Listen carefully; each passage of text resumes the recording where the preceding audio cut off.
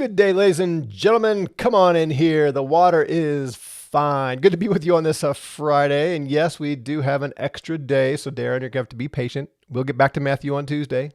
It's coming. Gives you a chance to read ahead and be prepared for that. Ron over on Facebook says, hi, Doug. Get to finish off the week with my favorite Bible teacher. Well, thank you. I'm glad to hear that. Enjoy your last day of vacation for the year. What is that, the 7th week you've had this year? Just teasing. Sorry, just looking at some of your chatter here. That's fun stuff. So we started last week on a Freeform Friday talking about Stephen Covey's book, 7 Habits of Highly Effective People. And as I've been reviewing that, it's just such a great book and so many important things for us as Christians.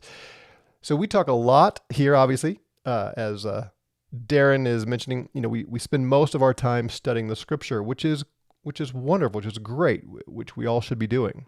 And as I continue to encourage you, we need to know the actual Bible, not other people's comments on the Bible and theologies and so on.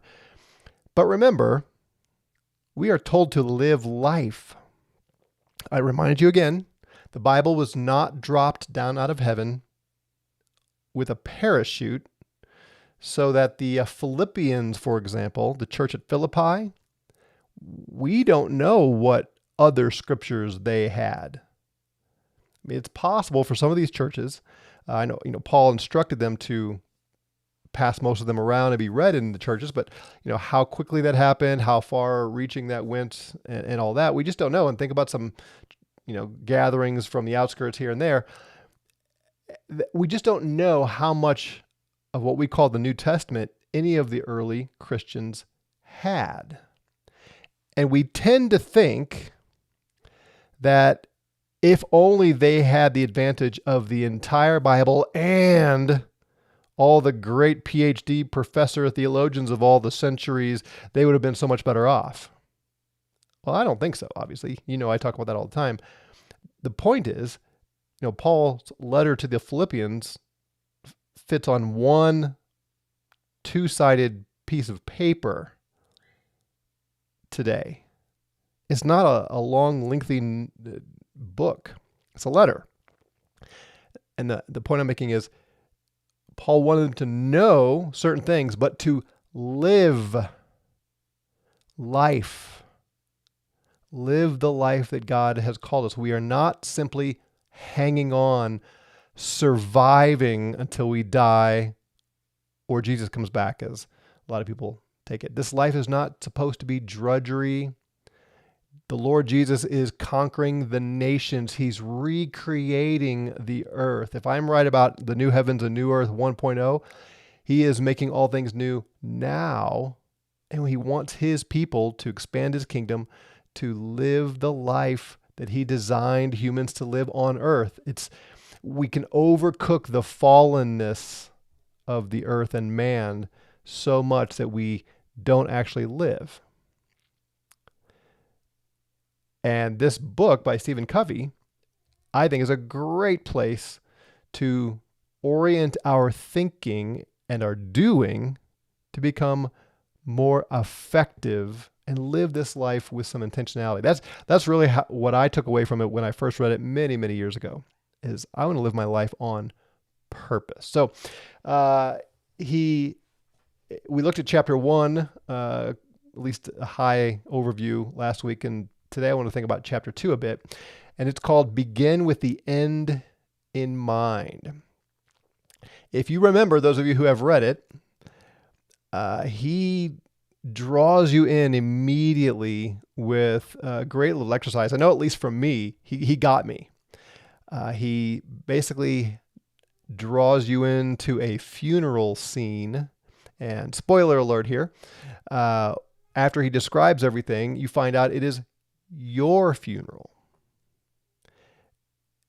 And if you existentially get drawn into that exercise, right? If you are sort of hearing the sounds and smelling the smells and seeing what he's portraying there, and you get up to the casket and it's you, it's pretty jarring.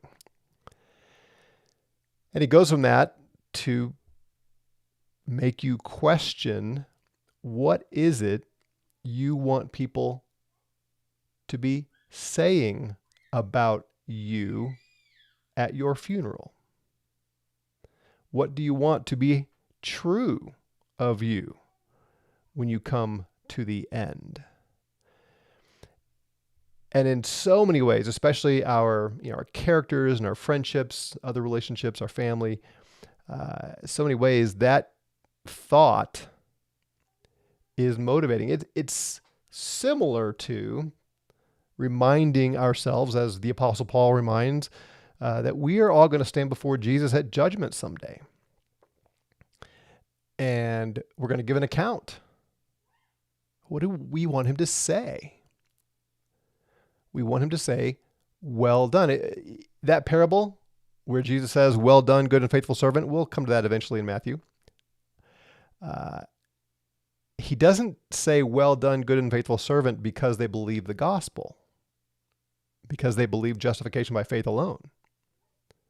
Look at the context of that statement. The servants did something to provoke the encouragement, well done, good and faithful servant. You know what I'm talking about? We'll get there. But thinking about standing before him in judgment, thinking about our funeral, and what do we want people to say about us? What do we want to have accomplished with our life? What kind of spouse and parent and child and sister or brother or friend or worker, whatever? What do we want those gathered around remembering our lives to say? Think of someone giving your eulogy, and those that know you best. What do you hope? What do you want them to declare about you, to remember about you? If you can visualize that, then you can start working toward being that person. You see the point? And this is, that's kind of heavy. Realize it's kind of heavy, and we're going to talk about some lighter things here.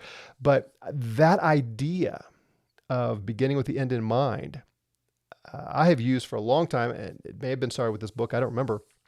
I think I at least had a version of this in my in what I do before this, but he described it so well. The idea of visualizing, of seeing the end that you're trying to accomplish, and then pursuing it. He talks about in the chapter, all things are created twice. It's created first in the mind, as you picture what you're going to create, and then it's created in reality. Think about any kind of arts and crafts, games. My wife likes to do puzzles. Some of you probably like to do puzzles as well. I'm not a puzzle guy. I don't really care about doing puzzles, but she does. And of course, if you have this pile of pieces, but you don't see the end that you're trying to accomplish, it almost doesn't matter how you arrange the pieces, right? That you start with, you create it, so to speak, with the picture on the box, and then you start putting the pieces together to try to accomplish that. We have several ladies in our home fellowship who like to knit. And often when we're sitting around in the afternoon talking about this or that, and some people are off doing this and other things, these ladies will knit. Well, whenever I ask them, what are you knitting? They don't say, oh, I don't know. They know what they're knitting. I'm knitting a scarf. I'm knitting a sweater. And they already have in their mind what this sweater is going to look like. And then they can stitch together the yarn to make that. Think about landscaping. You don't just start moving dirt and throwing rocks around, piling bricks up here and there at random. No, you first design it, right? You have the actual visual drawing or computer printout, maybe a CAD drawing or something of what you're trying to accomplish. And then you actually get after, and you know where the bricks go and that kind of thing.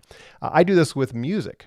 I told you in January, that one of the things I want to do in 2025 is get back to my classical guitar. That was my major in in college way back when. And though I have played guitar, over the years regularly, I haven't done classical guitar. So I'm kind of going all the way back to square one. And I started in January with my very first exercises and arpeggios and very simple pieces and so on. And have just been steadily improving. And what I do when I get to a certain, let me back up. So as some motivation for that, I envisioned putting on a little concert for our church. And, like around Christmas or something, sitting in my living room with whoever wants to come and performing several pieces. I actually envisioned that scenario. Now, I don't know if I'm going to do that or not. I don't know if they will be interested or if I want to, but it gave me a vision of what it could look like to regain a proficiency at classical guitar, to sit there and play it for a group of people. And then with individual pieces, when I get to a certain level of knowledge of the piece where I can, sort of sing it in my head, I will actually visualize and sing in my head, or play in my head, and imagine start to finish playing the piece perfectly with dynamics, and I don't worry about where my fingers are. I just envision myself performing the song perfectly. I know what I'm after now, so that as I'm practicing day in and day out, that's my goal because I've seen it. I did this with our home fellowship when I finally gave in and decided to start a church here. I looked at the scripture to make sure that I was clear on the principles of what we were trying to accomplish. But that's all we get in the New Testament are principles. But what does this actually look like? How do we do this? And people ask me this all the time when they find out that we have a home fellowship and they go through my series on the church. I get people reach out to me all the time saying, I want to do this. How? What does it look like? Like, what does your actual Sunday look like? Well, that's because the scripture doesn't give us, do this, start at 10 o'clock and do this and this and this. We have established those patterns that are sort of handed down to us, but all of that is arbitrary. So I took the principles, the community and the love and the eating a meal together and taking the Lord's Supper together and studying the Word together and singing and all those things, all those elements, the principles that we see in the New Testament, and said, okay, what would it look like to do that well? And I visualized in my mind what that would look like or could look like. A group of people studying the Word together and singing and praising, all those things that we just talked about. And I got a picture of it in my head and then began to work toward getting there. And it looks a lot like what I visualized. Now, it's not entirely the same as what I saw, and it's better in some ways. But that's the idea of beginning with the end in mind. Here's what we're trying to accomplish. Here's what I am trying to improve or create, and I got to see it. And you can see how that ties into the funeral idea, right? I want to be the kind of person that people at my funeral are saying, he was loving, he was faithful. I want my wife to say certain things. I want my kids to say certain things, my grandkids to say certain things, and so on. And if I can see that and hear people saying those things, then I can get after becoming what I'm seeing. Does that make sense? Are you tracking with all that? Let me see a few of your comments here. Aaron says, the East Coast is weird to me. You're all so, you're talking about some of the previous. Yeah, very good. Sana says, we're getting ready to study James in small group. I told my husband we're going to study it Doug style. Cool. So you have to have a vision of what that means. So visualize that. Right? Think about what it might look like.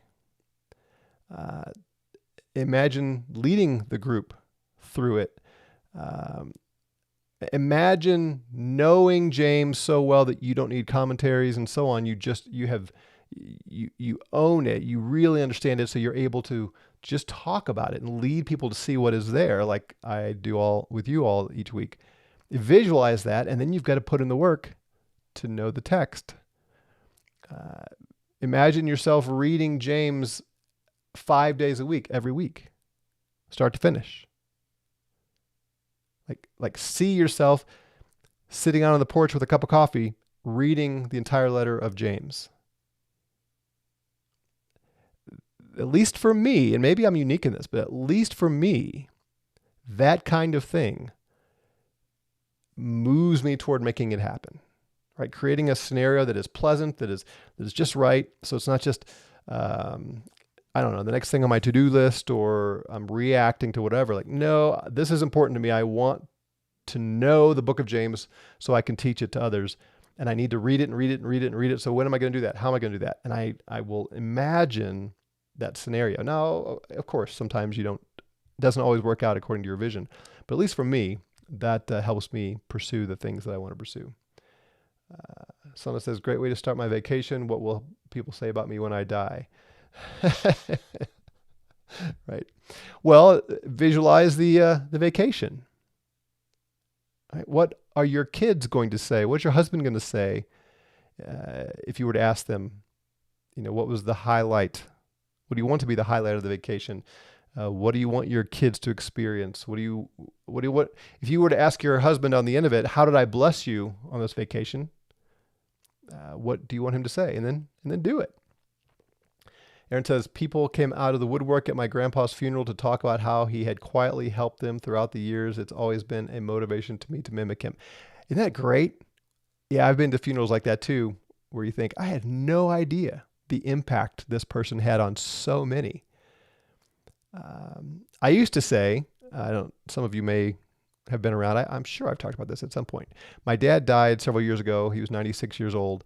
And 20 years before he died, he was in his 70s, and I thought he's not going to be around too much longer, probably. Little did I know. And I used to say that there wasn't a funeral home in St. Louis big enough to hold all the people that would want to come to his funeral and do just that, to just talk. Because I got a firsthand look at all the lives that he impacted and how much he served them and blessed them and so on. And then as his time drew near, I thought, well, this isn't going to be the case because he outlived them all. So he'll have to wait and hear from them in heaven. That's great, Aaron. And we all should let that kind of thing motivate us. Christian says, I like to boil it down to plan your work, work your plan. That's great. And the planning, the emphasis of this is planning by first taking some time. Usually it needs to be in a quiet setting, and really seeing what the plan is, seeing what the finished product, so to speak, looks like. And this, again, it takes time and intentionality. It's so easy to fill every moment with something. And at least for me to be effective, I must have some extended periods of time where I can visualize, I can imagine these important things that I want to do, and work that plan or plan it first. But it's got to be, it can't be too much activity in the planning, right? I'm not just sitting down and writing all the ideas and things. I'm actually seeing the whole thing. That's what I do. Ron says, I play guitar and sing with my grandchildren. Cool. Love that. Sana says, they're going to say I need to calm down, so I need to be calm and relax. Did your husband tell you that all the time? Just calm down? A dangerous thing to say to a wife. Okay, so first of all, you need to decide if that's true. And if it is,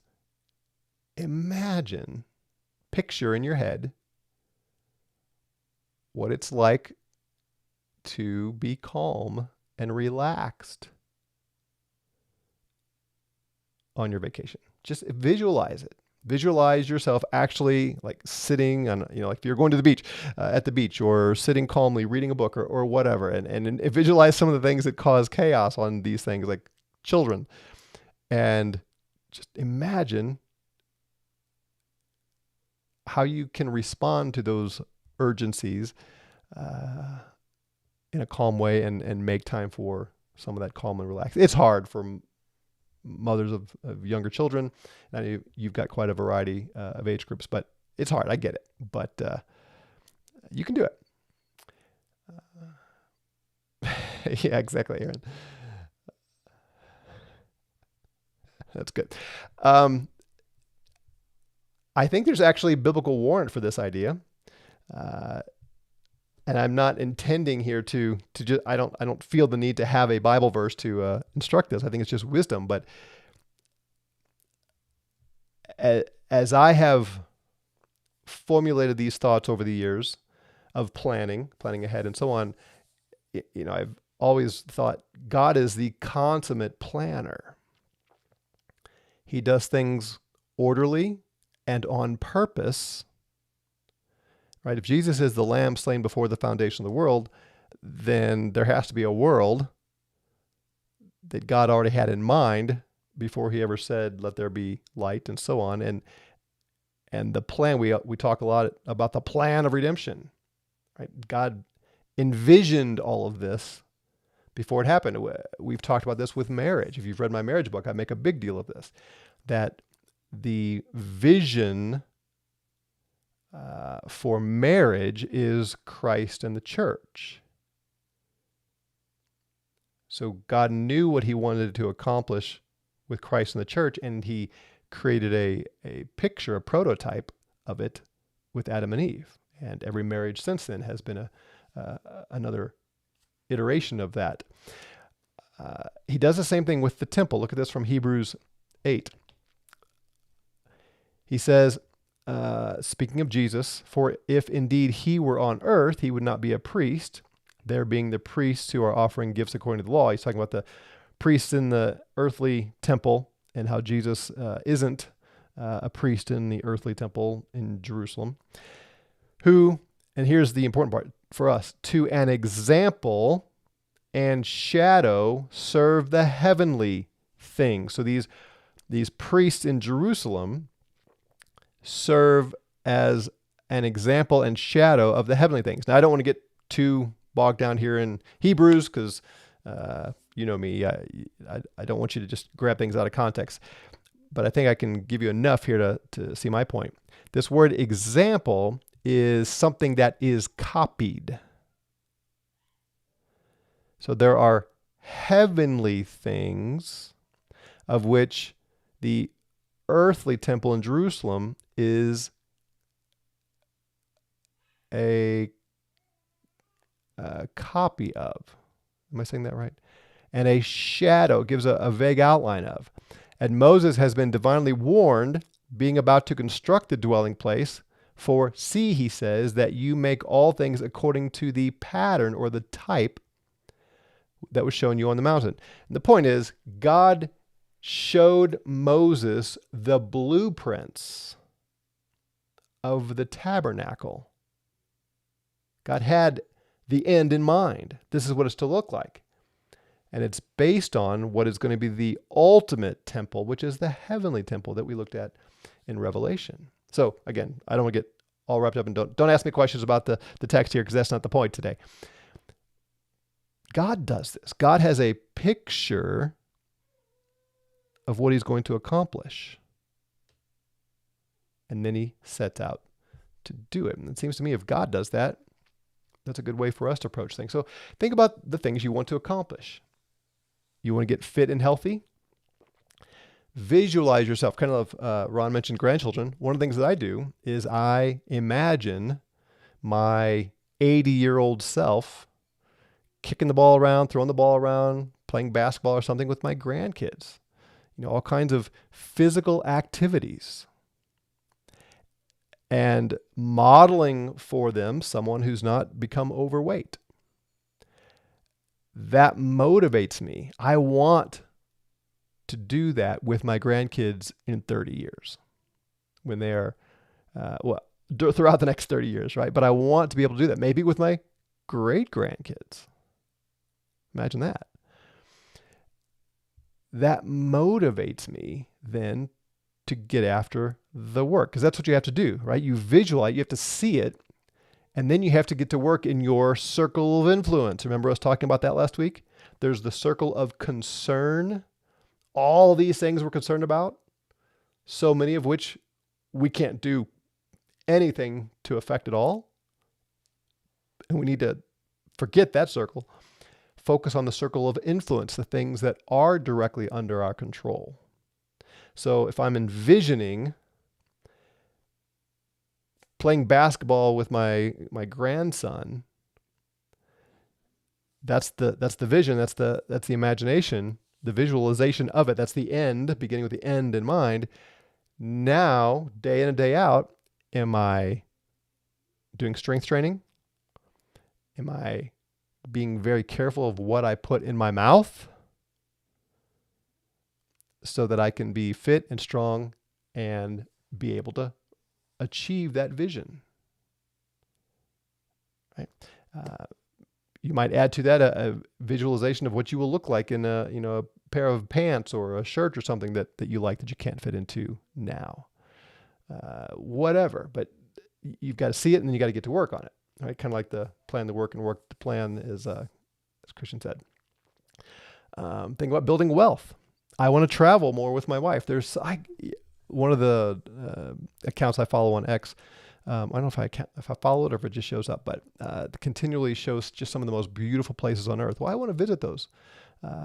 As my the empty nest is coming, I want to be able to travel more with my wife, and that means I need to build the wealth that will enable us to get there. I want to bless others. I have a passion. I've always, for a couple decades now, I've had a passion to help young men, even when I was not much older than what we'd call young men, and to help them very practically, right? To teach them how to be a good husband and wife, and father, not wife. Great. We're not making any short YouTube shorts on that. How to be a good husband and a good father, and just to be a man. I did the low production value series a few years ago on the 7 core values of, what was it? Some of you watched it. What's it called? 7 core responsibilities of manhood. And if you're a man and you haven't watched it, I encourage you to watch it.